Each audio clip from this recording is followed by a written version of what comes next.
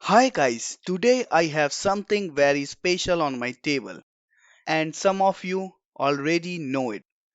So it's called Prayogic Uno. So if you don't know what it is, let me tell you. So Prayogic Uno is basically a personal mini electronics lab. It provides you access to a oscilloscope, logic analyzer, signal generator, etc. So this small board might be enough for all your project needs. And you might be thinking, how, right? And that we will figure out today. So, without wasting any more further time, let's do this.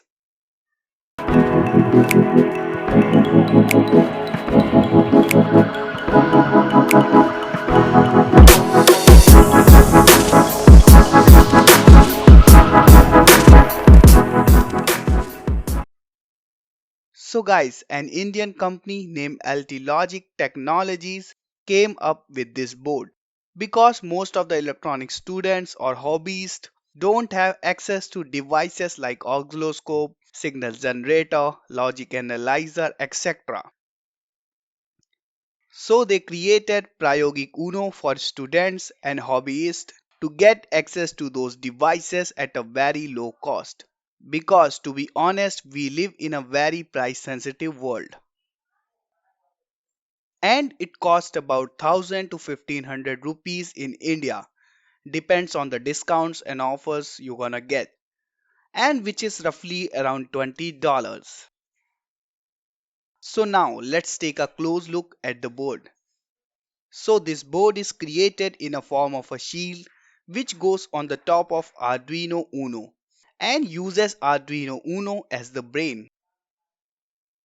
Before we start, let's put this shield on Arduino and connect it to our phone, and then make sure you have downloaded the PryoGeek app, and then click on the Uno firmware, and then click on the update firmware.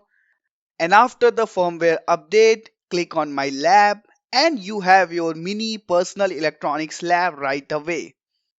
And this lab have a lot of controls which we will see in the later part of the video. Now on the board you will see a lot of headers which provides different set of functionalities. Now let's go to those one by one. So very first header 1, it has square and sine pins, which basically provides square wave and sine wave output. And the next is inverter in and inverter out pin, which basically inverts any signal and outputs it. To verify this, connect the sine pin to analog channel 1 and we can see our sine wave. Now let's connect sine wave to inverter pin as well and we will get a inverted sine wave from invert out pin. So let's connect invert out pin to analog channel 2 and we can see our inverted sine wave. Looks good, right? The next pin is var V, which will provide you a variable output voltage for your digital circuits. And the next pin is ground, which will provide ground to the digital circuit. And the next two pins in these headers are SDA and SCL, which will be used to connect I2C sensors. And the support for this is not provided right now, but it will come in future releases. So stay tuned for that. Now let's talk about header 2. It has SPI pins here to connect SPI sensors like header 1, and like header 1 the support for this will also come in later releases. So the remaining pins are clock and mono. So clock pin provides clock signal for digital circuits and clock frequency can be adjusted using the app. And the next pin is mono pin, which gives mono pulse. So if we connect mono pin to a LED on output port of this board, you can see a LED light up when I click on the mono button in the app, which means it triggers mono pulse whenever I click on mono button in the app. Now let's move on to the header 3. So in header 3 we have 4 pins for logic analyzer. But for now 2 pins are supported, remaining 2 are left for future releases. So if we connect our clock pin to any of the logic analyzer pin DG1 or DG2, we should be able to see our clock signal on the app. So click on run icon and then double click to switch to digital signals. And we can see our clock signal here. And we can increase or decrease our clock frequency using increase or decrease button for TTL clock. And our frequency will change accordingly. And even we can enable the time base and use it to take a better look at our signal. And the remaining RxD and TXD pins are provided for communication. Now let's take a look at header 4. So here we can see two pins for 5-volt power. Then we have a resistor pin to measure resistance. So let's put a resistor between resistor and 5-volt pin. And we can see a resistance value on the app. It is not highly accurate, but neither the resistor is of perfect value. But anyhow, it gets the job done. Now we have a volt pin to measure voltages. You can connect it to VARV pin to measure variable voltages, and you can vary the voltages with the potentiometer. Or you can connect it to 5 volt or 3.3 volt and measure it. Now the next is AN1 and AN2 pin, which are for analog oscilloscope. To use these pins, I need an analog signal. So let's use the onboard sine wave pin. So I connected it to AN1 channel. Let's run it. And we can see our sine wave. We can take a bit further and use the onboard inverter to invert the sine wave and see it on channel 2. And you can see both of the waveforms on both of the analog oscilloscope channels. So analog oscilloscope works. Looks good, right? Now let's take a look at header 5. So this header is used for power options.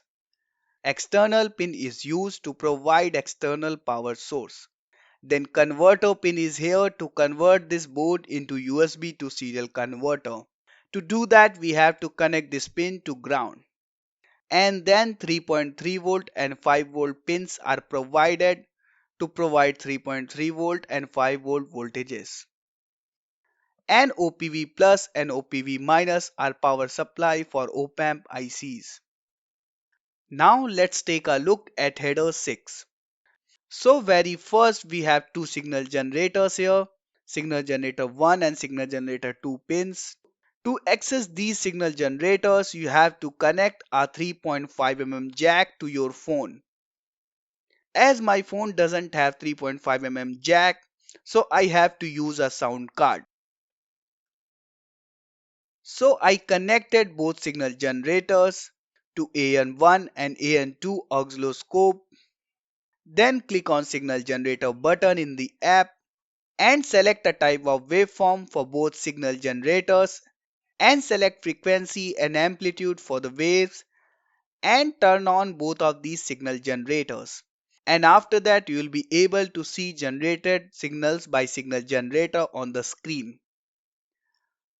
Now the next two pins are C in and C out, which are used to clamp a signal to the positive side. And the next two pins are ground to provide ground. Now this header in between is for Bluetooth. So in upcoming releases we can connect it to app using Bluetooth and this cable connection will not be required.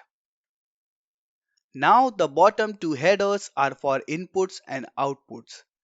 So there are 8 corresponding inputs which can be controlled by 8 buttons in the app. And 8 LEDs are connected to output which can be used to see output. So let's connect any of these input pin to output pin. And if we click on the button of that pin in the app, we can see that LED lights up. And these inputs or outputs can be used even to test sensors, like I have an obstacle sensor here. And if I connect it to any LED on the board, So whenever there is an obstacle, this LED will turn off. So which means this sensor is working fine. Similarly, we can test as many as sensors or modules we want to. The other use could be to use it with any digital circuits. Like I am gonna make a LED chaser with this board. So for that I will use a 4017 IC and I will connect everything according to the connections mentioned on the screen. As I already connected it and we are using onboard clock signal for this 4017 IC. So we need the LEDs to turn on one after another and they should stay on for just 1 second. To do that, I have to set the TTL clock in the app to 1 Hz. So I set the clock to 1 Hz in the app. And as you can see, it is working. And we got our LED chaser. Every LED is turning on for 1 second. Since there are only 8 LEDs on the board, so I was not able to use all 10 pins of 4017. But anyways, it works and we tested our 4017 IC without any additional component. Now next we will use a ultrasonic sensor with it. So as we know, ultrasonic sensor works on pulses. So first let's connect 5 volt and ground pins. Then let's connect trigger pin to clock of the board. And let's connect this pin to DG1 for monitoring. Now let's connect echo pin to channel DG2 for monitoring. And then you can see in the app, when we take our hand closer to the sensor, the pulse changes according to the distance. That's how Arduino calculates the distance from the sensor. Similarly, if we are using this sensor with Arduino, we can read the echo and trigger pin on DG1 and DG2 channel and we can see the same change in the pulses here as well. Now let's do one last thing with this board. Let's try to build a AC to DC bridge rectifier.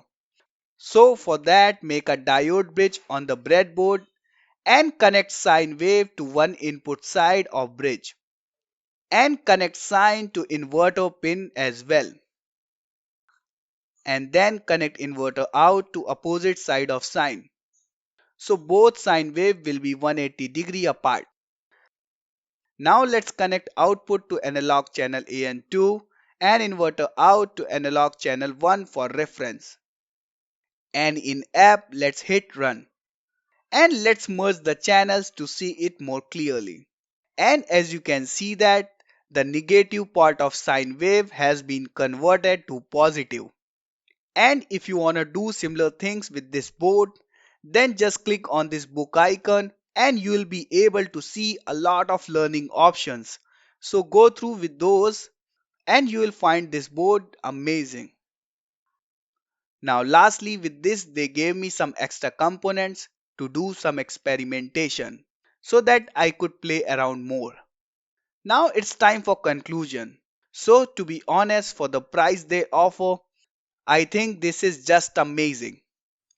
But it is not meant to compete against the actual oscilloscope, signal generator or logic analyzer because those things are costly and they have very high specs.